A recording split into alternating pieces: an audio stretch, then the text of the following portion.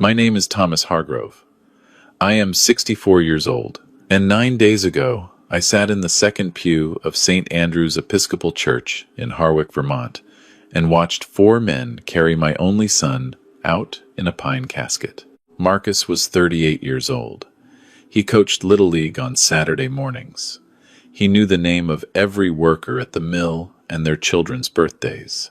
He had my father's jawline and his grandfather's hands wide, capable, built for honest work. The doctor at Rutland Regional called it a hiking accident. A fall from the Catamount Ridge Trail, they said. Blunt force trauma to the head. Tragic, they said. Unpredictable. I nodded at all of it. I thanked the sheriff. I thanked the medical examiner. I shook the hands of every neighbor and colleague who filed through our house for 3 days carrying casseroles and flower arrangements, and the particular kind of helpless sympathy that good people offer when they have nothing else to give. What I didn't do was cry. Not in front of anyone. 50 years in the timber business will teach you that. You learn to hold the weight of things quietly, the same way old growth holds the weight of winter still, patient, roots going deeper than anyone can see. My daughter-in-law found me in the kitchen after the last guest left. The house was finally quiet. I was standing at the window looking out at the back field, at the tree line where the mill property began, 260 acres of Vermont hardwood that my grandfather had cleared by hand and that my father had turned into a working lumber operation and that I had spent 4 decades building into something that mattered. Her name is Nicole. She is 34 years old and she had been married to my son for 6 years. I heard her come in. I heard the sound of ice in a glass. And then I heard a voice that wasn't hers. I turned around. Standing next to my daughter-in-law, in my kitchen, on the night of my son's funeral reception, was a man I had never seen inside this house before. He was perhaps 40, dark blazer, the kind of easy smile that men practice in mirrors. He was holding a glass of my bourbon like he had been here 100 times. "Thomas," my daughter-in-law said. She didn't call me Dad. She had called me Dad for 6 years, and she didn't call me Dad that night. "This is Brandon. He's been helping me work through some things." I looked at Brandon. I looked at her. I said nothing. She set her glass down on the counter. Marcus handled things carefully. "Thomas," she said. He wanted to make sure I was protected. She reached into the bag on the bar stool beside her and placed a folder on the counter between us. He updated his estate documents last year. The mill, the property, the house. He transferred everything into a joint revocable trust, with me as the surviving trustee. I looked at the folder. I didn't touch it. "I want to be fair about this," she continued. "I'm not asking you to leave immediately. You can have 30 days to make other arrangements. Brandon knows a real estate attorney who can help facilitate the transition of the business assets. We've already had some preliminary conversations with a development group out of Burlington. They're very interested in the acreage." "Development," I said.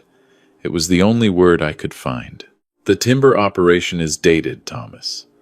Brandon's voice was smooth, practiced. "A modern mixed-use residential development on this land would generate significant returns. Nicole would be well provided for. Everyone would come out ahead." I looked at my daughter-in-law. I looked at the man standing in my kitchen with a glass of my bourbon on the day of my son's funeral, and I felt something I recognized from a long time ago. A cold, deep stillness that had nothing to do with grief and everything to do with clarity. I picked up the folder. I looked at the documents inside. I saw Marcus's signature at the bottom of several pages. Something about it bothered me immediately. Something I couldn't name yet. A wrongness in the angle of the letters that I filed away quietly in the back of my mind. I set the folder back down. 30 days, I said. My voice was flat and mild. My daughter-in-law blinked. She had been expecting something else. Anger, maybe. Argument. The broken old man routine. She got none of it. "That's very reasonable," I said. "I appreciate you giving me the time." Brandon smiled and touched her elbow. "See?" he said quietly. "I told you he'd understand." I walked out of my own kitchen. I walked down the hall to the mudroom, put on my barn coat, and went outside into the cold November air. I stood on the porch and looked at the tree line and breathed. My son had been dead for 9 days. and something was wrong. I drove to Burlington the next morning before anyone was awake. Not to a shelter, not to a motel. I drove 45 minutes south to an office building on Cherry Street with a green awning and a brass plate on the door that read Ellison, Wakefield and Associates, Family Law and Estate Planning, established 1971. Walter Ellison was 71 years old and had been my family's attorney since my father hired him as a young associate in 1982. He had drafted every legal document this family had ever signed. He had set up the original corporate structure for the mill. He had written my father's will and then my mother's. He had been at Marcus's christening. He was also the kind of man who arrived at his office at 7 in the morning and always had the good coffee ready. He stood up when I walked in. He came around his desk and put both hands on my shoulders and looked at me for a long moment without saying anything. Then he said, "Sit down, Tom. Tell me everything." I told him about the folder, the documents, Brandon, the development group from Burlington, the 30 days. Walter listened without interrupting. He had a yellow legal pad in front of him, and he wrote things down in his precise, small handwriting as I spoke. When I finished, he was quiet for a moment. Then he said, "You said Marcus's signature looked wrong to you." I said yes. "Can you describe it?" I thought about it. Marcus signed his name with a slight left lean. Always had, since he was a kid. His father, his grandfather, same lean. Something our family does. The signature on those documents was perfectly upright. Walter picked up his pen. He wrote something down. Then he looked at me over his glasses. "Tom," he said, "I need you to listen to me carefully. When Marcus came to me 18 months ago to update his estate documents, we spent 3 sessions working through exactly how he wanted to structure things. He was very specific. He did not set up a joint revocable trust with Nicole as surviving trustee. What he set up was a family business trust, a separate entity that holds the mill operation and all the real property. Marcus was the managing trustee. You are the successor trustee." I sat very still. "The house is titled differently," Walter continued, "but the mill, the equipment, the timber acreage, the logging roads, the mineral rights your grandfather reserved in 1958, none of that can be transferred by a surviving spouse without the consent of the successor trustee, which is you, and which no one, as far as I am aware, ever asked you to provide." So the documents she showed me, Walter's voice was careful and level. If Marcus truly did execute a separate document last year transferring those assets, he would have needed to do so through this office or through another attorney, and I would have been notified. I have not been notified, and the signature you described does not match any document that left this office. He let that sit for a moment. "Tom," Walter said, "someone created a false document. Someone who did not know exactly how Marcus had actually set things up. Someone who did not know you were the successor trustee. Someone who thought they could wave papers at a grieving old man and walk away with 260 acres of prime Vermont hardwood." I looked out the window at the empty street below. A delivery truck was idling at the corner, steam coming off a grate. An ordinary Tuesday morning, in a city where nothing dramatic was happening. "How much is the land worth?" I asked. Walter set his pen down. "At current timber value alone," he said, "the standing hardwood inventory is worth approximately $3 million. With development potential, and this land does have development potential. Tom, I won't mislead you, you're looking at somewhere between 4 and 5 million. I thought about Brandon's easy smile, his glass of bourbon, his voice saying everyone would come out ahead. "Walter," I said, "Marcus didn't fall." Walter looked at me. "My son ran Catamount Ridge 50 times. He knew every rock on that trail. He trained for an ultramarathon last spring. He doesn't fall." Walter was very still. "What are you asking me to do?" "I'm asking you to pull every document Marcus actually signed through this office and have a forensic examiner look at the signature on those papers she gave me. And I'm asking you to find out who Brandon is, his full name, what he does, how long he's known my daughter-in-law." Walter picked his pen back up. He wrote something down. Then he looked at me. "Go back to the house, Tom," he said. "Be quiet. Be cooperative. Let 30 days feel like 30 days. And then come back here on Friday." I drove back to Harwick. I packed a bag, the smallest one I owned, and I put it in the truck. I told my daughter-in-law I'd found a place in town to stay while I got my affairs in order. She looked relieved. Brandon, sitting at my kitchen table with a cup of coffee, gave me a sympathetic nod. I thanked them both for their patience. I got in my truck, and I drove away from the house my grandfather built without looking back in the mirror, because I already knew what I was coming back for. On Friday, I sat across from Walter Ellison in his corner office and listened to what his people had found in 4 days. First, the signature. Walter had engaged the forensic document examiner his firm used for contested estate work. Her conclusion was unambiguous. The signature on the documents my daughter-in-law had presented was not executed by Marcus Hargrove. The ink distribution, the pen pressure patterns, the baseline angle, all of it was inconsistent with Marcus's authenticated signature on file. Someone had practiced his signature and traced it, someone who had access to documents he had actually signed, someone who lived with him. Second, the Hargrove Family Business Trust was exactly what Walter had described. Ironclad. 260 acres, the mill, the equipment, all of it. My daughter-in-law had no claim to any of it. Third, Brandon. His full name was Brandon Mercer. He was 38 years old, and he had known my daughter-in-law for at least 3 years, according to their social media history, which Walter's paralegal had been thorough enough to archive before anything could be deleted. He was not a real estate consultant. He was a licensed insurance broker with a firm based in Montpelier. He had written a $2 million life insurance policy on my son 14 months ago. I sat with that for a long time. Who requested the policy? I said. Walter was quiet for a moment. The beneficiary is Nicole, he said. The request came through Brandon Mercer's firm. Marcus signed the application, but Tom and here, Walter paused in the careful way that men do when they are about to say something that cannot be unsaid. The application was submitted 11 months before Marcus died, and the policy had a suicide exclusion that expired after 12 months. The trail. My son's hiking accident on a trail he had run dozens of times. On a Sunday morning when my daughter-in-law had driven to Burlington for what she told people was a yoga retreat. On a morning when Brandon Mercer's cell phone, according to the location data Walter's investigator had obtained, pinged a tower 3 miles from Catamount Ridge. My hands were flat on Walter's desk. I could feel my own heartbeat. He didn't fall, I said again. Tom. Walter's voice was steady and deliberate. The Vermont State Police closed this as an accidental death. If we want to change that, we need to bring what we have to the right people carefully and correctly, not loudly, not publicly, and not before I've made some calls. What calls? The state's attorney's office, and someone I know at the State Police Cold Case Unit, a lieutenant who owes this firm a professional courtesy. This is not the moment for noise.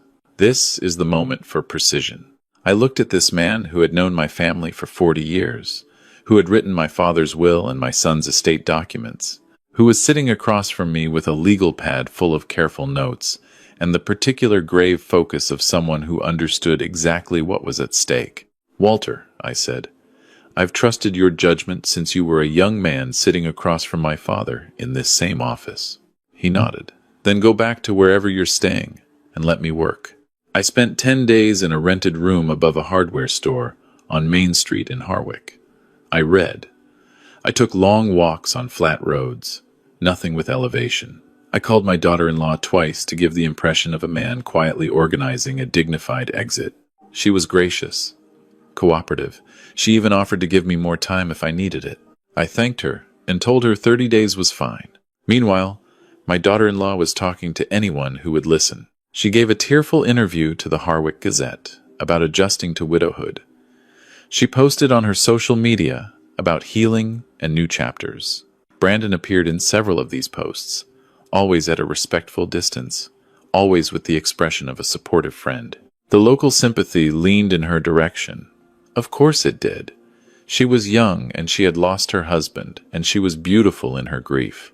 And I was the father-in-law, the old man in the background, the one who was apparently fighting her over property at the worst possible time. I let them say it. I let the narrative run its course. Because while it was running, Walter's investigator was pulling threads. He found the receipts first. Over a period of 8 months, Brandon Mercer had made 7 purchases from a medical supply company based in New Hampshire. 3 of those purchases were magnesium supplements and basic first aid supplies. The other 4 were not. They were bulk orders of a compound used in pharmaceutical research, one that, in sufficient doses administered over time, caused symptoms including muscle weakness, impaired coordination, and acute confusion. He found the text messages second, not from my daughter-in-law's phone, which was new and carefully curated, from a backup account on an old tablet, one that Brandon had apparently forgotten he was still logged into on a device he'd left at the house the day after the funeral, and that my neighbor, a retired schoolteacher named Evelyn, who had known Marcus since he was 6 years old, had quietly set aside for me when she found it under the couch cushions during the cleanup. I called Evelyn from my rented room on a Wednesday morning and asked her if she still had it. She said she'd been waiting for me to ask. I brought it to Walter that afternoon without turning it on. We handed it directly to his contact at the state police. The messages on that tablet described, in plain language, a plan that had been 2 years in the making. Messages in which my daughter-in-law discussed my son's increasing fatigue and clumsiness over the previous months, symptoms she had attributed to work stress when anyone asked. Messages in which Brandon told her to be patient, that it would look accidental, that the timing needed to be right. Messages in which the two of them calculated, explicitly and in writing, exactly how much they stood to gain once Marcus was gone. $4 million in property, $2 million in life insurance. A fresh start somewhere warm. The Vermont State Police executed a search warrant on the Harwick house on a Thursday morning. I was not there. I heard about it from Evelyn, who watched from her kitchen window as 3 state police vehicles turned up the gravel drive and parked behind my daughter-in-law's Subaru. She called me while it was still happening. "Tom," she said, her voice tight with a feeling that was not quite glee and not quite horror. "There are officers going in and out of the house. Your daughter-in-law is standing on the porch talking to a detective." She paused. "Tom, they're putting her in handcuffs." "Thank you, Evelyn," I said. "I appreciate you watching. Are you coming home?" "Soon," I said. "Not yet." My daughter-in-law made bail by the following morning. Brandon Mercer, who had been picked up at his office in Montpelier, did not make bail. He had also, in the days between the first search warrant and his arrest, attempted to transfer the life insurance claim to a personal account and withdraw the proceeds before the policy was frozen. That particular detail did not help his case. The fraud and forgery charges came first. The murder investigation moved more slowly, the way murder investigations always do when they require the state to re-examine a death that was already ruled accidental. The medical examiner's office requested a second autopsy. The toxicology panel was expanded. Evelyn turned over 2 other items she had quietly set aside from the house. A set of protein powder containers that belonged to Marcus, which he kept on the kitchen counter, and which, the laboratory later confirmed, had been adulterated with the same compound Brandon had been purchasing. My son had been poisoned for months, his balance degrading, his reflexes dulling, his body being quietly prepared for a fall that was supposed to look like no one's fault. In the meantime, my daughter-in-law hired a publicist. I am not making that up. A publicist who released a statement to local media describing her as a grieving widow being persecuted by a vindictive father-in-law who had never accepted her into the family, and who was now using his wealth and legal connections to manufacture a criminal case against her rather than allow her to move forward with her life. The statement was carefully worded. It was also, I noticed, read very carefully by the state's attorney, who later told Walter that it contained 3 factual claims that the prosecution intended to directly contradict at trial. Walter called me the afternoon the statement was released. I was sitting in my rented room reading a book. He told me the statement had been picked up by 2 news aggregators and that there might be some local interest. "What do we do?" I asked. "Nothing," he said. "Not one word publicly. Not to the paper, not to anyone at church, not to neighbors. Let her talk. Let Brandon talk. Every word they say on record is a gift. Do you understand?" I understood. The state's attorney filed murder charges on a cold morning in February. I was at Walter's office when we watched the announcement live-streamed on his computer. The same reporter who had interviewed my daughter-in-law 3 weeks earlier now stood outside the Washington County Courthouse, describing the arrest of Nicole Hargrove, charged with first-degree murder and conspiracy in the death of her husband Marcus Hargrove, and the simultaneous arraignment of Brandon Mercer on the same charges, plus insurance fraud, document forgery, and conspiracy to commit grand larceny. My daughter-in-law appeared on camera briefly as she was escorted into the building. She looked nothing like the composed young widow who had handed me a folder in my kitchen on the night of Marcus's reception. She looked frightened. She looked small. She looked like someone who had spent 2 years calculating everything and had failed to account for one essential variable. She had not accounted for an old man who knew how to wait. The trial lasted 3 weeks. It was covered by the Burlington Free Press and 2 regional television stations, both of which discovered quickly that the evidence the prosecution had assembled was not the kind that left much room for reasonable doubt. The compound in the protein powder, the purchase records, the location data, the text messages, which the defense attempted to characterize as private role-play between 2 adults who had been inappropriately close but had never acted on anything. A characterization the jury clearly found unconvincing, given that the messages included specific references to the Catamount Ridge Trail, the weather forecast for that Sunday morning, and a discussion of which of Brandon's hiking boots would leave the least distinctive prints. The insurance policy, the timeline, the forged documents, and the testimony of Walter Ellison, who had spent 40 years protecting the legal interests of my family and who sat in the witness box for 2 hours and methodically dismantled every claim my daughter-in-law's defense team put forward about the nature of Marcus's estate intentions. Brandon's defense attorney tried the same approach they always try. He blamed me, the wealthy father-in-law who had never liked his son's wife, the powerful old man with the lawyers and the resources to manufacture a case, the patriarch who couldn't accept that his son had grown up and made his own choices. The prosecutor asked Brandon, on cross-examination, to explain why his cell phone was 3 miles from Catamount Ridge at 7:40 in the morning on a Sunday when he claimed to have been home alone in Montpelier. Brandon said there must be an error. The prosecutor showed the jury the cell tower data. It showed no error. She also asked him about the hiking boot purchases. He said he liked hiking. She introduced the sales receipt, which was dated 4 days before Marcus died, and the boots, which had never been worn again.